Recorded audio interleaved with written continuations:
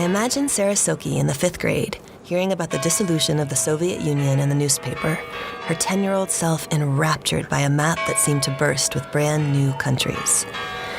As she traces the borders, her sense of the world explodes beyond the boundaries of where she grew up in Virginia.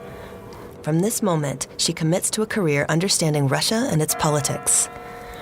I see her carving academic pathways that flip the way higher education goes about research so it's more equitable.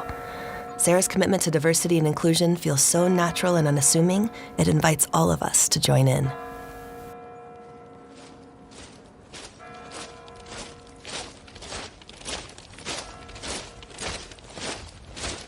I can't imagine someone so kind and curious as Sarah, who was jealous of people who grew up during the 80s and the Cold War.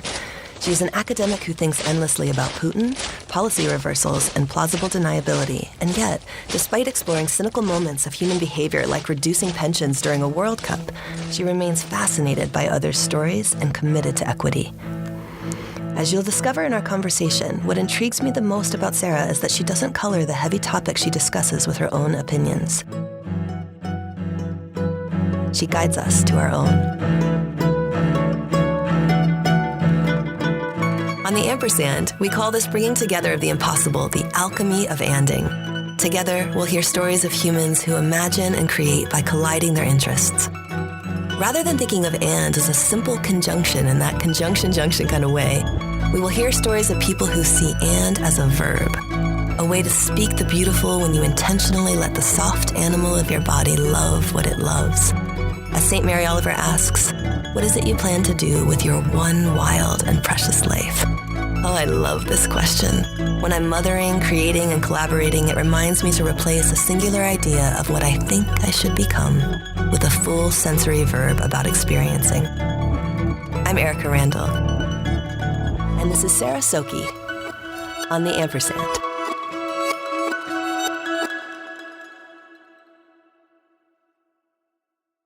It's interesting because I was teaching a big introductory comparative politics class. It was like politics around the world class this past spring when Russia invaded Ukraine. And so we weren't directly talking about Ukrainian politics or Russian politics, but I brought it into the class because how could I not, for a variety of reasons. And was just very honest that I found it devastating. And in that case, we weren't always talking about what was happening there. That wasn't the topic of the class, and that wouldn't have made sense. But in that case, I think, too, acknowledging that these are awful things. And we care about them not for abstract academic reasons, but because people are dying, and they're going to die because of this. And I try to never lose sight of that, because it's easy when you're an academic and you're obsessed on your own with a topic and you're just interested in it to forget that there's a real world and this impacts real people every day. And not just selling the material, but do you ever feel like you have to sell yourself, like show up as a human more in your research and with students? And how do you do that? What does it look like to meet the Sarah who knows, I'm going to deliver a hard lecture today. I'm going to share some real world data on things that are going to impact all of us in some way or another. How do you show up as Sarah? And how does, and I want to know how you see yourself separate from the academic. Talk to me. Oh, that's such a good question. I don't know if I have a good answer for it, though. I think it's taken a long time for me to get comfortable with me as myself in this role and sort of not like I'm just going in and like, I'm going to pretend to be a professor now. I actually am a professor.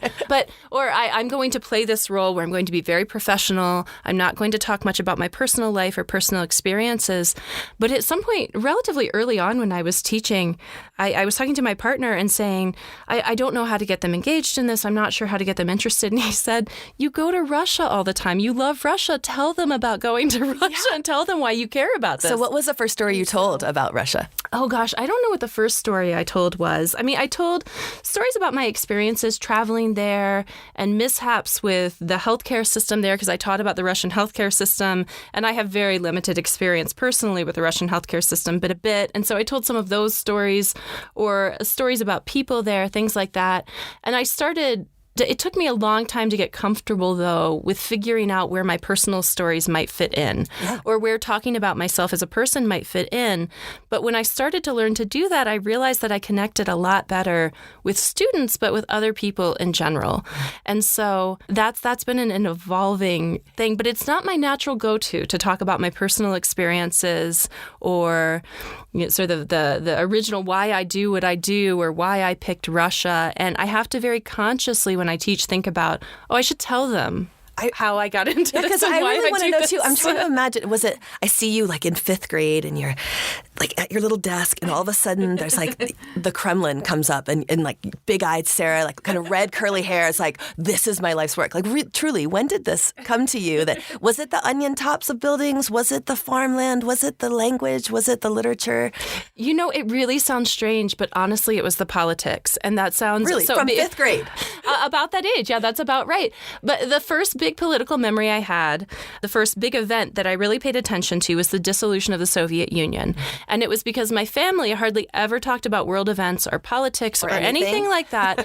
And when this happened, they talked about it. And I remember hearing, and this wasn't quite right, but I didn't understand that there were this brand new countries on the map. And they weren't from nowhere. They weren't brand new. But to me, there were these brand new countries on the map. And this was going to change world politics forever. And I saved from my local paper as a 10-year-old the map of the new countries. Wow. And I was really... This is just how I saw it in my mind. This is exactly it. Incredible. Okay, keep going. And so that's how I initially got interested in it. And I have 2 older brothers, and one of them happened to take Russian language at our public high school. There just happened to be someone who taught Russian when he was there. And where was this? This was in Virginia. There just happened to be someone at our public high school in Virginia Beach that taught Russian. And I just thought that was the coolest thing. And that I wasn't able to take Russian in high school by the time I got there. But my brother did that. And then this was my first big political memory. And I was on my high school debate team. And one of the topic for a whole year was foreign policy with Russia. And that just sealed the deal. It was done. It was done. I was obsessed with this. And it really was the politics. And then later I started to get into more of the culture. But I really didn't know what I was getting into because I was a kid and I was just, learning about this for the first time. What was it like that first time getting on a plane to go to Russia? This like mysterious, impossible, mythical land. Oh, it was amazing. I really had to talk myself into it, though. I had never been to a foreign country before I went to Russia. People in my family didn't really travel much. My parents don't have passports. They still don't today. I had a brother that had gone on some mission trips with the church, and that was the only person I knew who had gone to another country. And so I had never been to Canada. And so I really went all out for that first foreign trip. You did. And in fact, I had a professor at the time who said, well, you've never been to a foreign country. Maybe you want to do a summer program that's not as long, maybe. And I thought, no, I want to go the whole semester. I want to do study abroad. This is what I want to do. be there when it snows. Right. I want to be there. Not in the summer. I want to be there in a heavy coat. But I knew I didn't want to go for a week or so. I really wanted to go and do this. And so, but I really had to talk myself into it on the way there. I was so nervous about it. But it was just amazing. I just loved it. I had worked so hard to get there and figure out how to do it. The college that I went to didn't have a study abroad program in Russia. So officially I had to take a leave of absence. I didn't get any credit for it. That's unreal. I paid for it myself because my parents weren't going to pay for study abroad.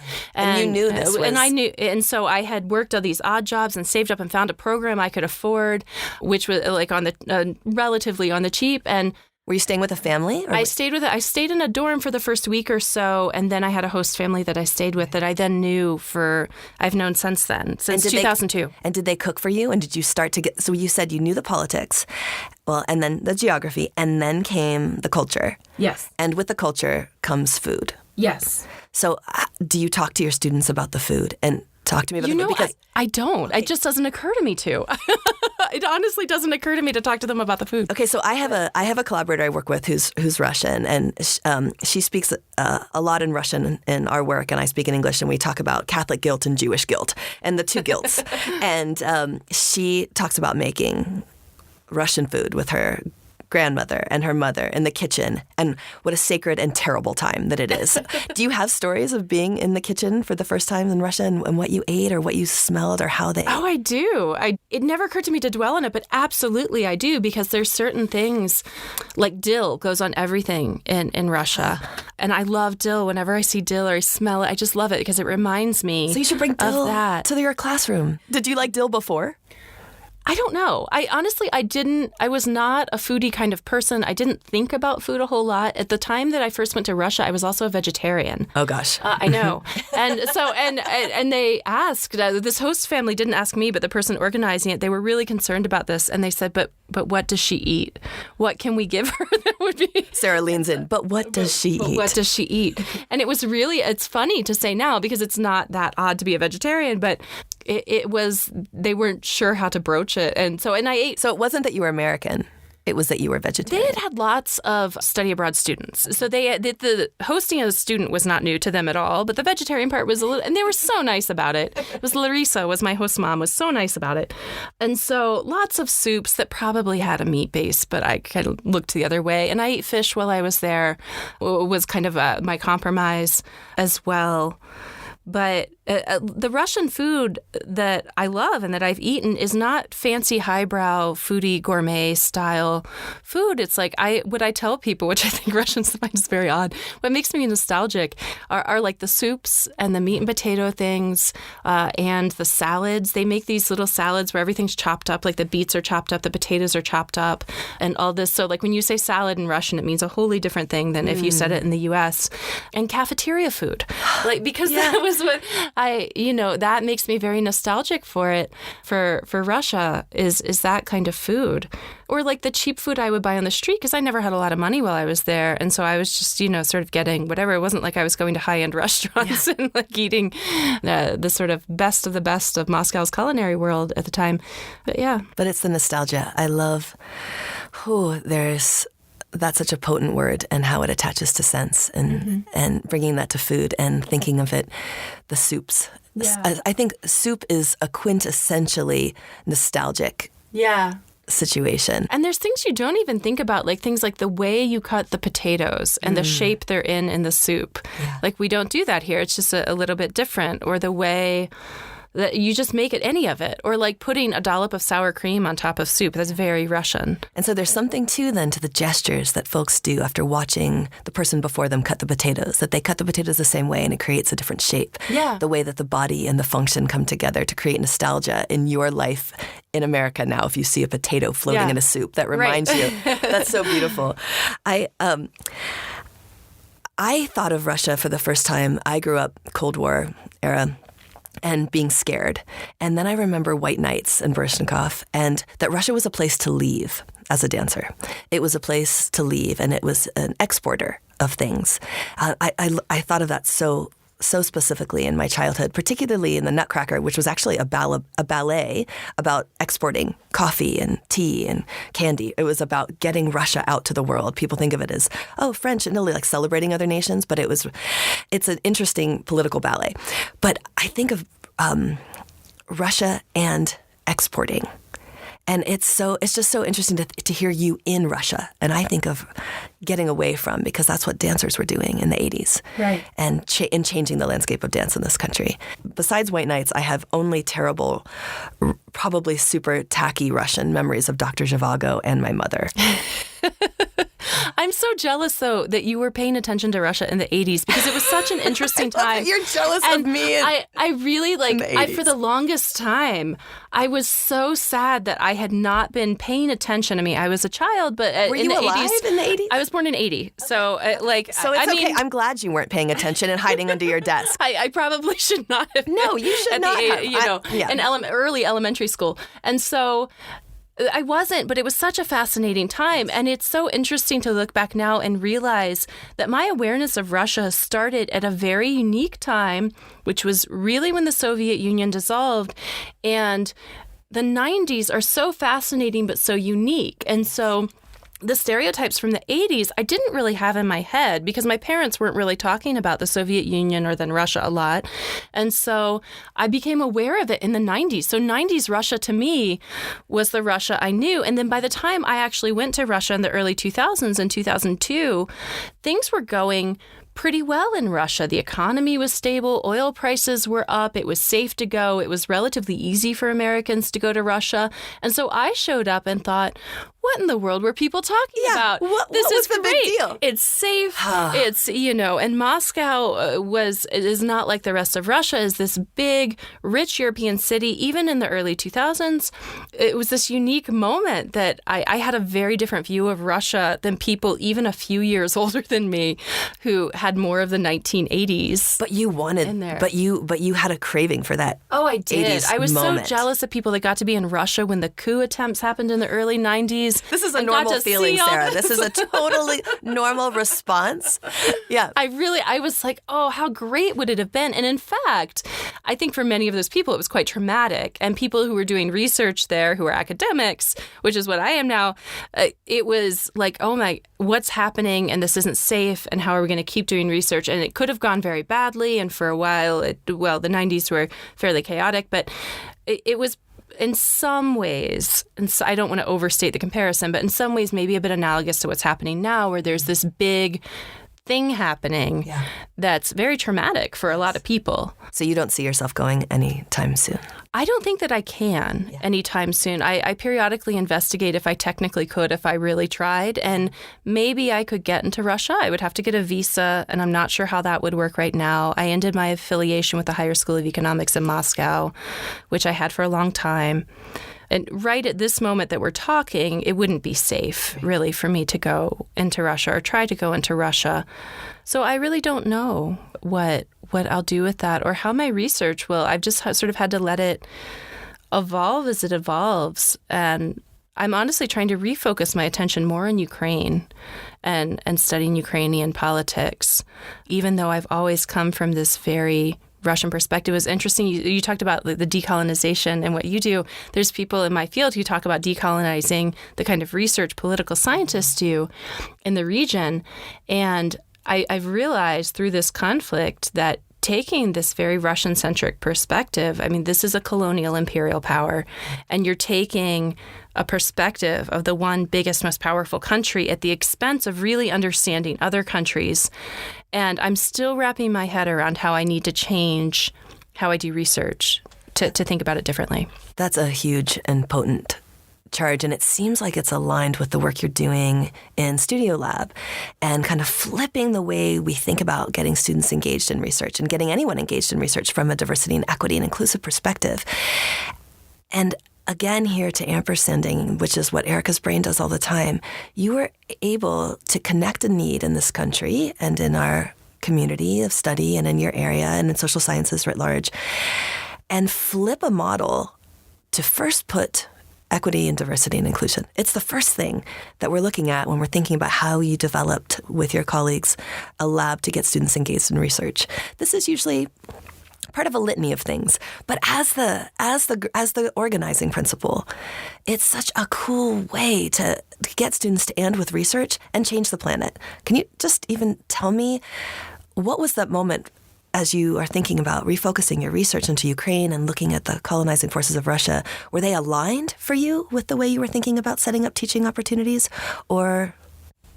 It was initially, I wanted to change how we were teaching students in the social sciences in regards to research. And I saw this really, initially, I didn't even have the DEI component fully in my head. It was sort of in the background because I started, the very early pilot of this was the summer of 2019. And I wanted to change how we did research in the social sciences because it seemed to me that we were really underutilizing and underincorporating students into research. And I had spent years at CU at that point telling students about UROP, which is a great program, undergraduate research opportunity program, pays students to work with faculty or to do their own research, but the student really has to take the initiative to find the faculty member and get them on board. And so what I found was that a lot of students didn't know that existed. And even when they did, I could tell that there were certain students that were more comfortable seeking out faculty. And then there were students that they would need a little bit of help finding a faculty member, or they wanted to get involved in research, but they didn't have a clear idea because they're undergraduate students in a huge university of what kind of research they wanted to do or what was even possible. And so they didn't have a map of Russia delivered to them by a fairy Russian godmother that says, research this. Seek out the people that did that. Very understandably, didn't know where to start. And sometimes, I mean, our faculty are wonderful, but sometimes faculty also didn't know where to start. And so faculty were not very receptive because they weren't sure how to make that connection either. And so that's where it started with that early pilot, summer of 2019. And then January of 2020, we were going to pilot it in the whole political science department. I got a little bit of money from the department to do this, and we were piloting it January of 2020. And then, of course, the world fell apart. The pandemic started. The Black Lives Matter movement, which did exist before, but took on new momentum within a short period of time. That raised my awareness of something that people have been saying for a long time. Yeah, but the university started paying attention to. I started paying attention to, although I was late on board because, of course, I don't want to suggest that this, like, all of a sudden people said that this was a problem. They'd been saying it for a while, for a long time. And so all of those things were happening, and it just sort of clicked in my head that Studio Lab should be putting diversity, equity, and inclusion first. Yes. That this was a concrete thing that we could do, depending on how we set it up. And also, during the pandemic, that we operated mostly remotely, and we were on a much smaller scale than we are now. But for the students we connected with, for some of them indicated this was really a kind of lifeline to connecting with faculty and having some kind of personal relationship in a situation where you're not in person, you're not on campus. That timing is you're critical. not having, And so it wasn't the most auspicious timing to pilot a new program, but it was actually very fortuitous in that we had an opportunity to fill a need that existed right then. Yes. We did that, and it ran in political science, and then this academic year is the first year it's running in the social sciences. But the key thing, like you said, is we have to put diversity, equity, and inclusion first, because labs are great, and it's great to have undergrad research assistants. But the way the model was working is faculty were, and this is understandable, it's a bit of human nature, they were picking out their best students, the most extroverted students, the students that, and those often were students that were already poised to do really well, right? Or they came in really well prepared for college, they knew how to network, they knew how to do all these things. And I was thinking of, 18-year-old Sarah going to college, also looking for this and not finding it. That Would she have known how to do this? Would she have approached someone, even with the specific goals that you had? I did at some point, but I did in a very bumbling, awkward way that you do when you're an undergrad because you don't know what you're doing yet. And so and that's okay. Right. And so what I wanted to say was, look, do you want to do research with faculty? Just fill out this simple application and tell us that. You don't have to have a really clear idea of what you're interested in. You don't have to even have experience doing any kind of job or skills. That is such a gift to not have to totally know and still say you want this. And not have to pretend like you know. Like, just tell us what you're interested in if you know. If not, that's fine. We have faculty apply separately. And then we do the work of matching them up and providing some infrastructure. But so we do that work of trying to match them and then kind of like checking into, like, is this working well? Are you working well with this person? Do we need to match you with somebody else? And we rarely have to move things around a whole lot, but sometimes we do. And that's what we can provide for both. And that makes it so incredible. Better for the faculty and better for the students. There's some very practical benefits to it. Like, it can get you some experience on your CV. It can connect you with faculty. But I think that there's a more meaningful kind of connection that can happen. There's a whole life coaching thing. If we get them early on, at any stage, I think it's beneficial. But early on, it can be a good stepping stone. Later on, it can be a good building on the what you've done at the university already. But there's a lot of research about how traditional labs that incorporate undergrads perpetuate inequalities because they're picking the students that are already poised to do well for understandable reasons. But unless you explicitly make it a goal and have a concrete strategy for how you're going to disrupt that perpetuating of inequalities, you're not going to get that. And we have just such an opportunity at the University of Colorado. We're a big research university. And so this is part of what we can offer that some other universities and colleges can't. Well, the way that you even talk about studio and lab as a dancer, I think of those two things together, that often I'm having to convince folks to understand a dance studio is like a laboratory. And so when I first heard the name of this program, I'm like, that name is perfect. Oh, it makes me so happy. I have to give credit to Adrian Shen, though. Oh, it's perfect. I'm terrible naming things. And so Adrian Shen's a political science professor, and he called it, he had this beautiful explanation of like a studiola and a studio and the master training with the apprentice. And the lab is really like, we think of those in the natural sciences more, but pairing those together. That was it. And I think having it at like the art, we're in the social sciences now, but I'm hoping we'll expand to the arts and sciences more broadly. Yes. Because like I think of things like theater and dance, right? Or dance studios, like they're all different kinds of ways to get people to collaborate. And this is really just about collaborating with undergrads in ways that make sense for both the student and the faculty member. Well, that title has that welcome in it that crosses those disciplines. And it does do that thing for me. A studio is an embodied space. Here we are, in a recording booth in a sound studio, talking to one another, making something new. In a lab, a different way of, I see rows, I see more linearity. And in a studio, I feel the circularity and the conversational. They're all collaborative, but they have different ways of facing. And when you imagine those things together, it is an invitation to different kinds of folks who want to look at work in new ways. I'm so glad to hear that. I'm so glad to hear that that's your reaction to it. Oh, yeah. That was one of the first things that landed on me.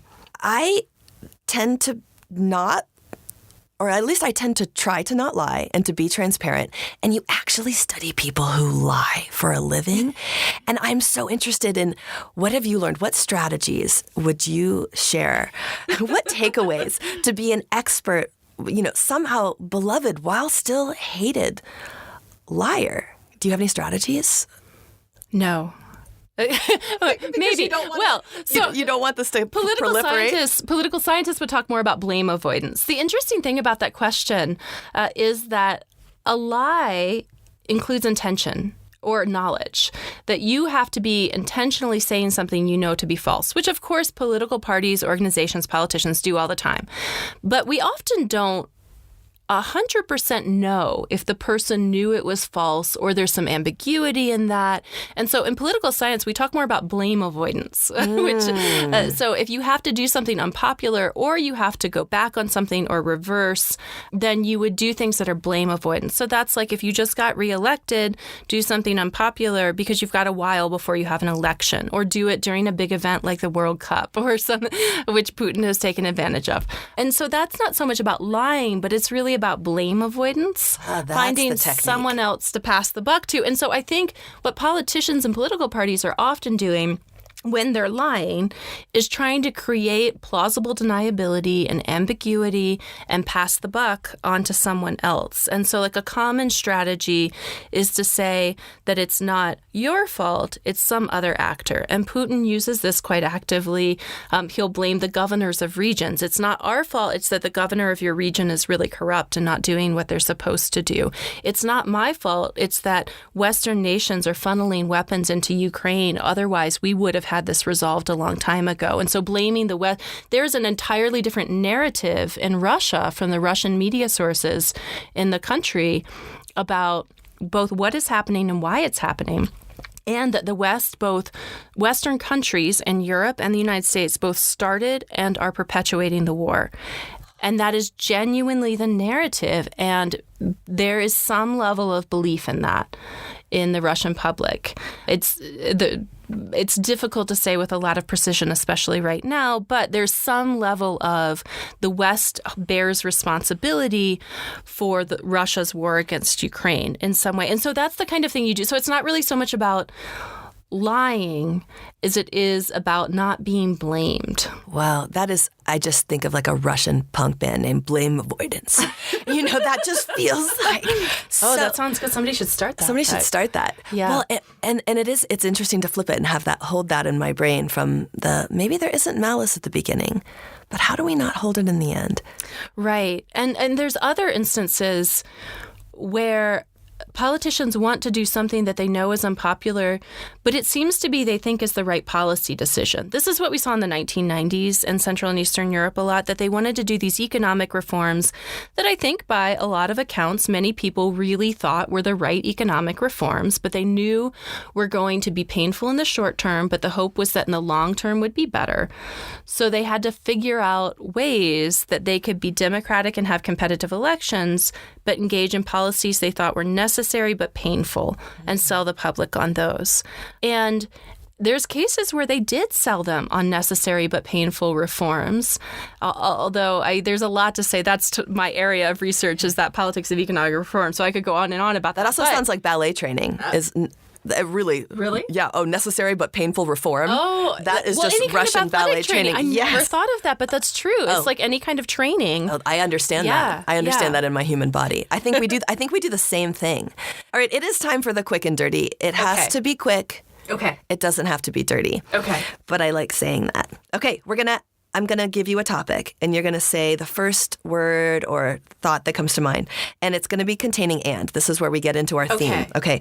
So if I say, give me the best ice cream cone, and I would say anything from Little Man ice cream in a handmade cone. See how there was and in the hand. Okay. So it's really open. It's big. Okay, so, I'll try. You'll tell me if I'm doing it wrong. I'm going to tell you if you're doing it right. Okay. I'm going to tell you that you are doing it right. Okay. All right. Best band with and in it. The best band with the word and in it. Or first band comes to your mind. The Killers and someone else. That was not an and. Try again, Sarah. The Killers and Arctic Monkey. Oh.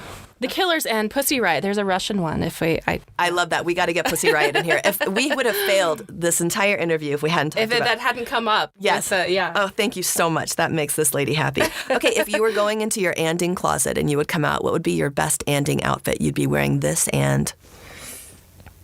I don't know. All I can think about is what I'm wearing now. Tell me what you're wearing. They don't know. Tights and a dress. Okay, tights and a dress. Okay. That reminds me of the Dixie Chicks, tights on my boat.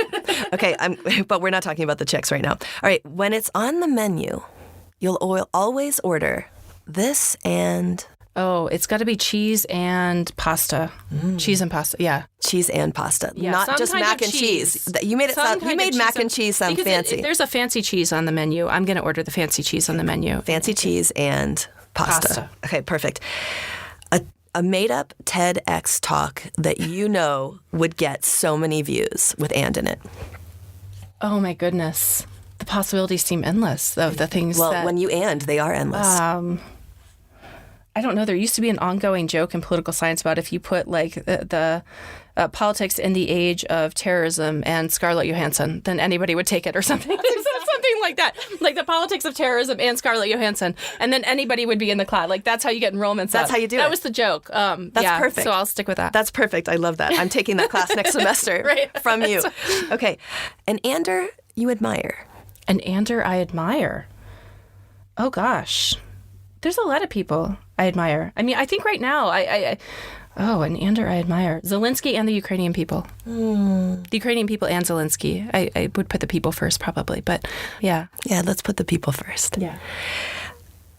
In every episode, we ask our guests to give advice as if you were at a graduation or just talking to a beloved. And, in my Irish blessing sort of way, I would say, and may the road rise up to meet you. Can you give us a...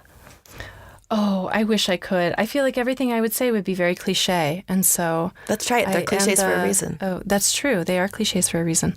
So this is advice I would give at a graduation. Or to just a human. I think it would be a very and just keep going.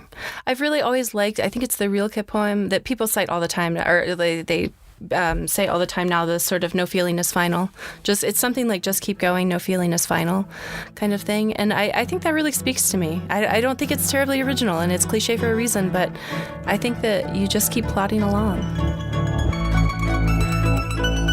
That was CU Boulder Associate Professor Sarah Sohkey on the Ampersand. If you'd like to learn more about Sarah's research on policy reversal or the College of Arts and Sciences Studio Lab, we'll leave more information in our show notes. The Ampersand is written and produced by me, Erika Randall, and Tim Grassley. If there are folks you'd like to hear from on the Ampersand, do please email us at asinfo@colorado.edu. Our theme music was composed and performed by Nelson Walker, a CU Boulder alum, brilliant cellist, composer, and a fantastic dancer. Episodes are recorded at Interplay Studios in Boulder, Colorado. I'm Erika Randall, and this is the Ampersand.